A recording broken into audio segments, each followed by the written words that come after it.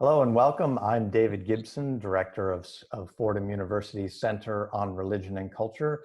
And here we are again with another episode of CRC Chats. CRC is for Center on Religion and Culture. For those of you who haven't been following our new series, and it's a series of remote interviews that we're doing in this time of the coronavirus pandemic to try and provide you, our audience, with new forms of delivering the same kind of content that we do at the Center on Religion and Culture. Today, I'm fortunate to be joined by a longtime colleague, friend of mine, Christopher Lamb, the Vatican Correspondent of the Tablet of London. He's normally based in Rome, but he's back home in London, kind of on lockdown. How are things in London there today? Your Prime Minister just announced that he is positive for the virus. Yeah, it's extraordinary. Boris Johnson and also the Prince of Wales, both with the COVID-19 virus, and we're in lockdown here in the UK, or in London. So no different really from Rome, where they've been in lockdown for a number of days now, and for over 3 weeks almost. So we're in the first week of proper lockdown here. And they even have a in the Pope's residence. They've even had people in the Pope, not only in the Vatican City State, but in the Pope's residence at the Domus Santa Marta. They've had a couple of positive people test positive. Yes, then it's quite concerning as someone who was living in the Santa Marta where the Pope lives, and he's been tested positive. He's an official at the Secretary of State, and he's been taken away for tests. Other people have been tested around him, have also got the virus, but the Pope, from what I understand, has been tested for a second time. He's been tested once before, a second time, and it's negative, and he's been eating his meals away from the main buffet area, the main dining area at the Santa Marta, which he normally eats there along with other people, but he's been taking his meals privately for reasons of his own health and safety, and so he's trying to protect himself, but it's not easy. Yeah, and he's 83 years old with had a lung condition when he was younger, had part of one lung removed. I mean, he's an extremely vulnerable population. Absolutely, he's in the at-risk category, age-wise, and also with the medical history of the lung problem. Some people say or claim he has a lung missing, and that's not true. Part of the lung was removed, but he recovered from that. It was when he was a much younger man. So he obviously has had that in his medical history, which is of concern, but he doesn't have any kind of major respiratory underlying health condition as far as we know. His main health problem is back pain, the sciatica. But clearly it is a concern because he is right in the hotspot of this global pandemic, and people around him are testing positive for the virus. Well, we'll return to that issue of the Pope's health perhaps later on. We're talking today because Chris, who is just really a superb Vaticanista, as they say. You've been in Rome since 2015, I believe it is. That's right, yes. Most of this, Pope Francis was elected in 2013, so you've been covering this up close, traveling around with the Holy Father, seeing, reporting on events day by day. And Chris is just out now with a new book called The Outsider, Pope Francis and His Battle to Reform the Church. It's from Orbis Books. It's titled The Outsider. It's a great title, and it really focuses on the amazing, intense opposition that Pope Francis, of all people, has generated. I mean, you know, he's beloved by so many Catholics and non-Catholics, and yet in certain segments of the church and in the secular world, he's a focus of intense and really vitriolic opposition. You say early on, my book seeks to tell the big story of this pontificate. It is one that examines why a prophetic and bold pope, widely considered to be the Catholic Church's best asset in helping repair its battered credibility, has been the subject of vicious and sustained opposition, close quote. And that's a perfect setup. This is a terrific read. It's not a super long book, 140, 150 pages, 6 chapters, really tightly written, great stories, well told. Chris, what is it about this Pope? What is it about this papacy that has generated so much opposition? Well, I think it is because Pope Francis is a prophetic leader. He is a kind of disruptor Pope. He's someone who has come in with ideas for how to renew and reform the church. I mean, he's not a kind of, I would say, radical progressive by any step of by any assessment. But he is someone who doesn't like things to stay as they always have been. And I think at the heart of the opposition to Francis is this fear from certain people in the church that the Pope is challenging them to reassess how we are the church, how the church operates. And because he's really going back to kind of the gospel basics, and he goes right into the heart of what it means to be a Christian, because he does that in quite a powerful way, it challenges people in the same way that Jesus challenged people. And it is really the scribes, the doctors of the law of the modern day church, the contemporary church, who are the most angry and the most opposed to Francis. And some of them are very much kind of on the front foot all the time on social media. Of course, Catholic media in many parts of the world, particularly in the US, in the English-speaking world, is very much against him. But there are people who are really trying to go after Francis. But there are also those who are kind of, the silent opposition in quite high levels of the church, in the clerical establishment. So my book seeks to show how the Pope has really riled up that establishment. And as you say, Catholics on the ground and non-Catholics love Pope Francis. Yet the higher you get up the establishment, the more you find this opposition. And particularly you see it in parts of the United States at high levels of the church, but also you see it in Rome, in the Vatican, and also in Italy, wider parts of Italy. So I think it is that battle that you see almost in the pages of the gospel between some people who want the status quo of the religious world that they know and love to stay the same, and they don't like someone who is trying to renew things, who's trying to shake things up, who is more of a disruptive force, and that is Pope Francis. So who's winning? the Pope. He's been Pope for 7 years now, and in March 13th, it was his 7th year of his papacy anniversary. Who's winning? Has he cleaned out the stables? Has he put in his team? Are we set on this course going forward, or is it still a battle that's ongoing? Well, I would say it's an ongoing battle, but at the same time, despite so many attempts to undermine Francis and so many attempts to kind of stop the papacy and to stop his reforms, Francis seems to be pretty resilient, and he is extremely astute strategist. He's a Jesuit after all. He knows how power works, so he's not a naif or a fool. He knows what he's doing. And he has, I think, reformed a lot of things in the church, but not so much maybe by clearing out the stables of all his opponents.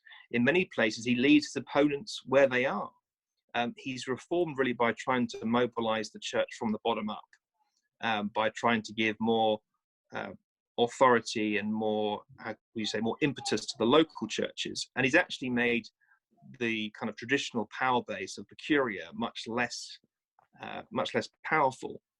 So in terms of who's winning, I think the Pope is largely being successful because he has got the church on the ground on his side. And people, I think, when they read his encyclicals, when they see his pastoral message, when they see him up close and personal, he's a very accessible Pope, they are inspired and they think this is where the church should be going. At the same time, you have got a lot of people in senior positions who are not so convinced and not so sure. Francis tends to reform by going kind of around the edges rather than taking on the opposition head on. But one thing I think we should look at is the number of cardinals that he's appointed. He has appointed the people who will elect his successor. He's appointed half of those electors, which is crucial, which is the closest thing the Pope has to succession planning. So I think that is a very, very important detail to remember, that he may not have done the full clean out that people might have expected, but he has appointed into that vital body, the College of Cardinals, the people who share his vision. But Chris, it does take vote. it takes 2/3. It's not just a majority. When Yes, when the exactly. Cardinals, when this Pope either dies, God forbid, or resigns, God forbid, and they convene a conclave, which would be difficult to do in the middle of a pandemic, that's for sure. But when they do convene a conclave, it takes 2/3 of that College of Cardinals. I believe there are about 120 electors, is the ceiling, to elect a new Pope. And if he's appointed about half, that means his predecessors, Benedict XVI, the retired Pope, and John Paul II, who are more of a different pastoral approach, appointed the rest. Right. So I think it is also finely balanced as well. It's kind of 50-50 at the moment. As you say, it does take 2/3 to get a majority in the conclave. And I think that what's important to remember, though, is that with those 50%, you've got, I think, a very strong foundation.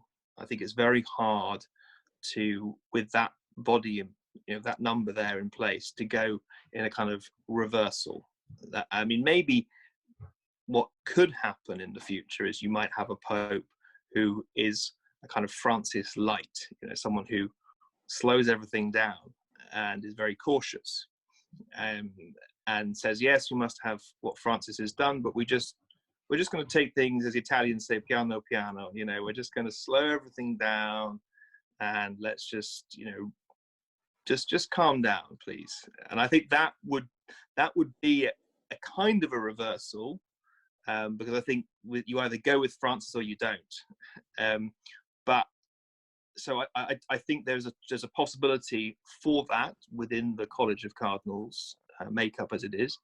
But I think, given that he has made 50% of the choices, that I think stops a kind of reversal, a kind of total going back to something that some people might want to see. Yeah, you talk at one point that he wasn't elected, even though we focus on the reform of the Roman Curia, the Vatican bureaucracy that is blamed for so much of the sclerosis and the resistance and the kind of stubbornness. You say that's not his main project. His real project is carrying out the reforms of the Second Vatican Council. And that's in sync with what you say. He tends to work around things. He just diminish rather than reform this. I think he compared reforming the Curia to cleaning the Sphinx with a toothbrush. But that's not really his main goal.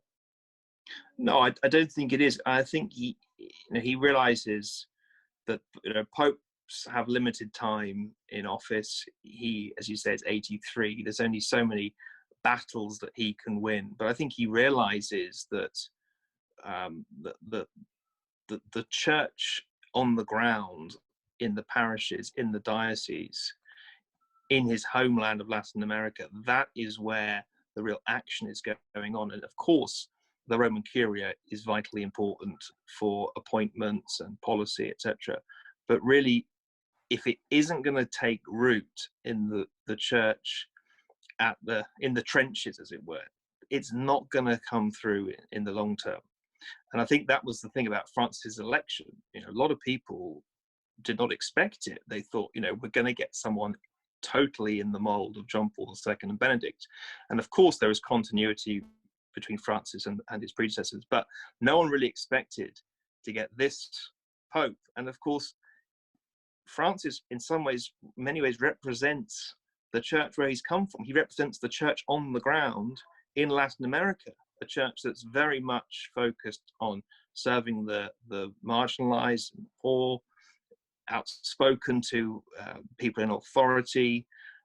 It is the place where liberation theology was born.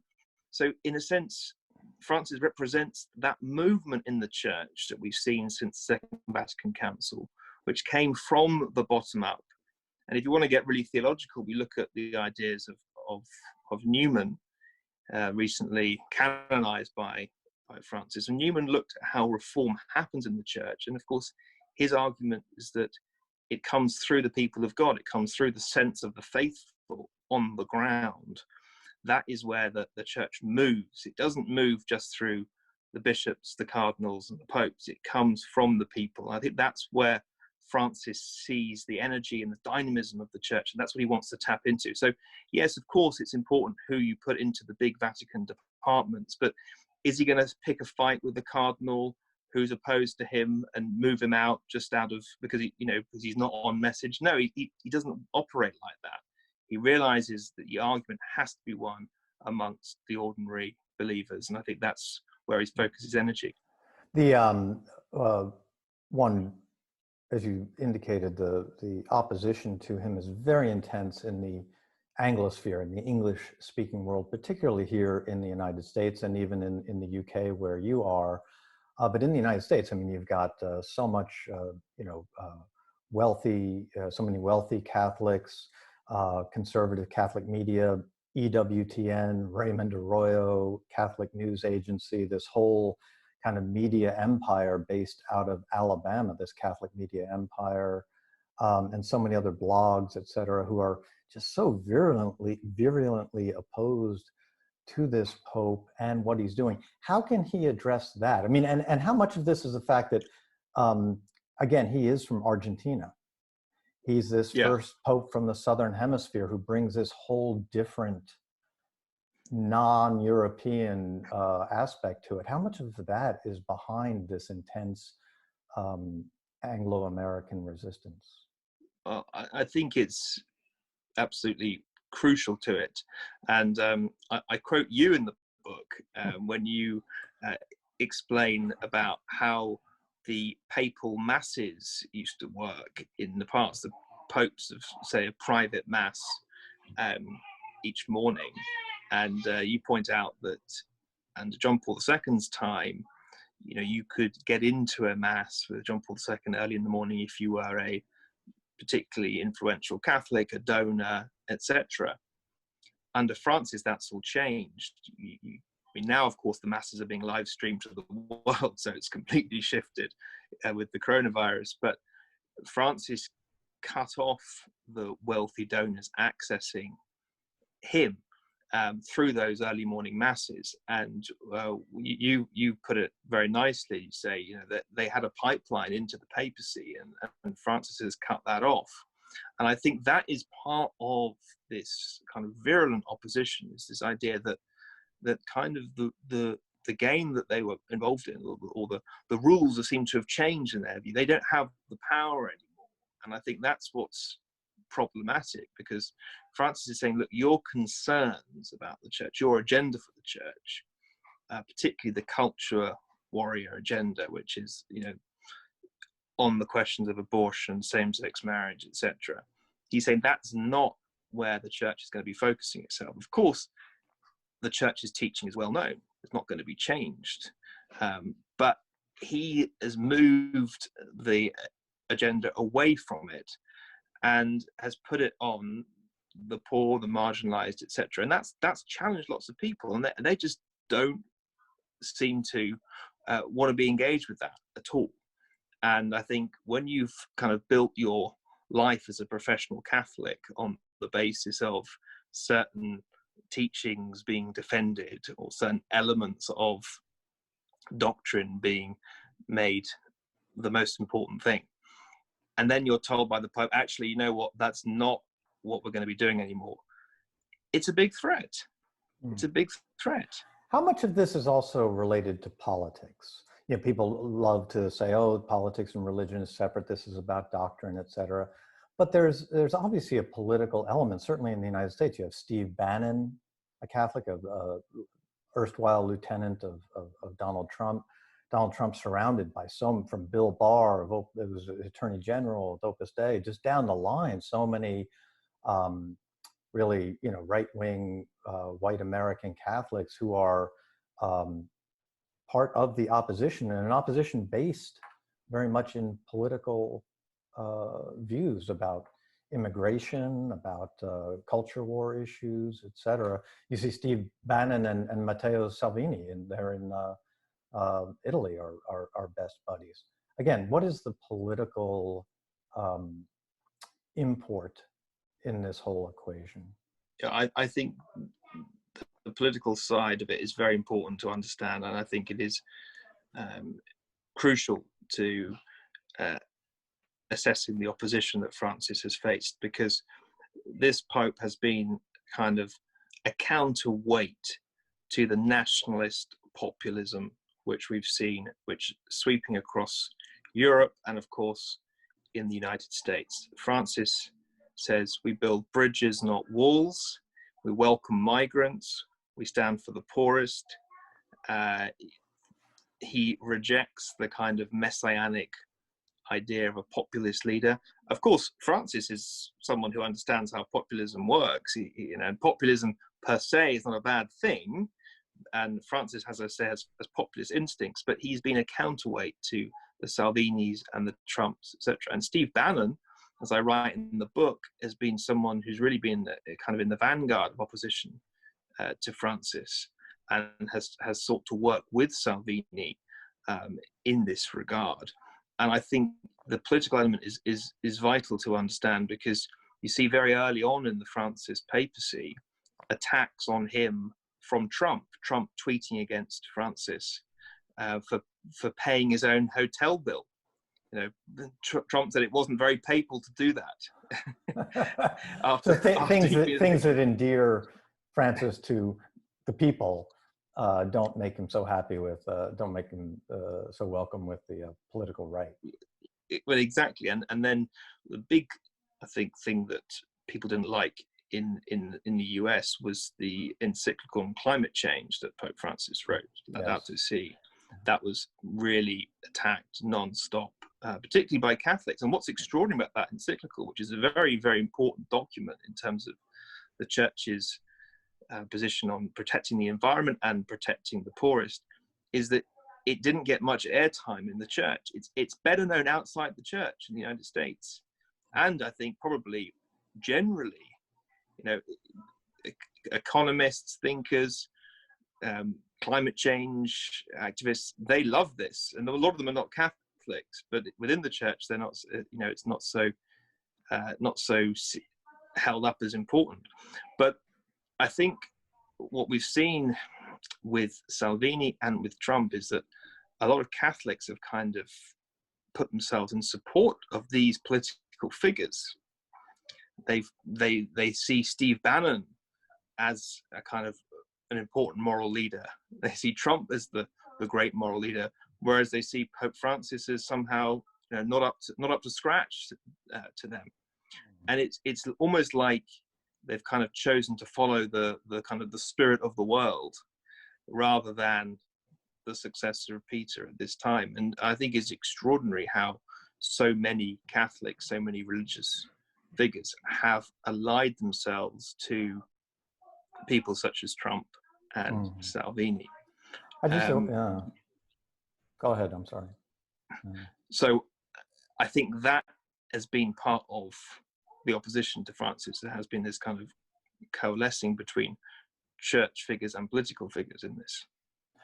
I just want to conclude with talking about the chapter you titled Parallel Papacies. We have the Netflix series, The Two Popes, was quite successful, about a fictionalized account of Cardinal Jorge Mario Bergoglio before he became Pope Francis, and now Pope Emeritus Benedict the 16th. But truth is sometimes stranger than fiction, as they say. Talk a little bit about the relationship of having the first Pope Emeritus, first retired Pope in 6 or 7 centuries there, living in the Vatican with Joseph Ratzinger, Pope Emeritus Benedict the 16th. How problematic is that? How much has he's not an opponent himself, but how much has he become a rallying point for the foes of Francis? Well, I mean, having the retired Pope in the Vatican when you take over as Pope is a bit like turning up for your first day at work and finding your predecessors set up the office next door. You know, we never had this situation where you have two people in the Vatican calling themselves Pope. So it has been a very delicate and difficult situation. On the whole, Francis has managed it quite well by being very open and conciliatory and working with Benedict. It's been the kind of groups around Benedict, people who don't like Francis, who are using Benedict as their kind of shoulder to cry on, trying to co-opt Benedict's theology or authority to undermine Francis. And that's been a kind of a real life two popes drama going on in the Vatican. I think the Two Popes film is very good because it deals with the big issues of where is the church going, and it you know, you have the two different viewpoints. You have Benedict's idea that God is unchanging, and Francis' idea that actually God is constantly showing us new things and God is constantly surprising. So you have that tension going on between them. And I think within the Vatican it has been a battle, and I think Benedict has been utilized by the opposition to Francis, and it has been very, very problematic. And I think probably there will have to be new rules in the church about what happens to retired popes, because I think that, you know, Benedict is not going to be the first pope to retire. He's going to be, I think, the first of a number of popes probably to retire, given the length that people live now. And I think we will see more of these problems happening unless they do have some clear rules.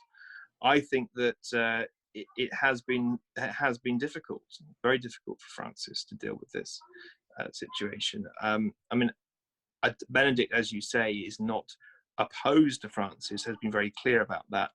But it's just been people who go in to see Benedict who then take their photo with him, put it out on social media. It's kind of, look, Benedict's my Pope.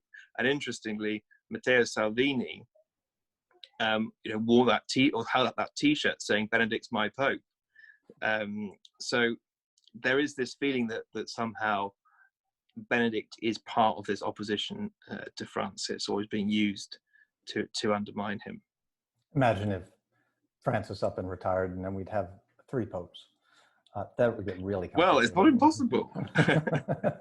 Let's hope not for now. That's a new Netflix. That's a new Netflix series. Exactly. We'll write that one. It's yeah, and we don't want anything to happen, especially now when everybody's on lockdown, and especially you in the UK. No, although exactly. I can hear some a few little indications that you have a newborn in the house. Yes, and that's keeping me busy and reminding me what's really important. Exactly, which is a good reminder of that. And I'll let you get back to that. Christopher Lamb, the Vatican correspondent for the Tablet of London, terrific Vaticanista. His new book, The Outsider, Pope Francis and His Battle to Reform the Church. We call it an insider's take on the outsider. Chris, thanks so much for being here. Well, thank you very much.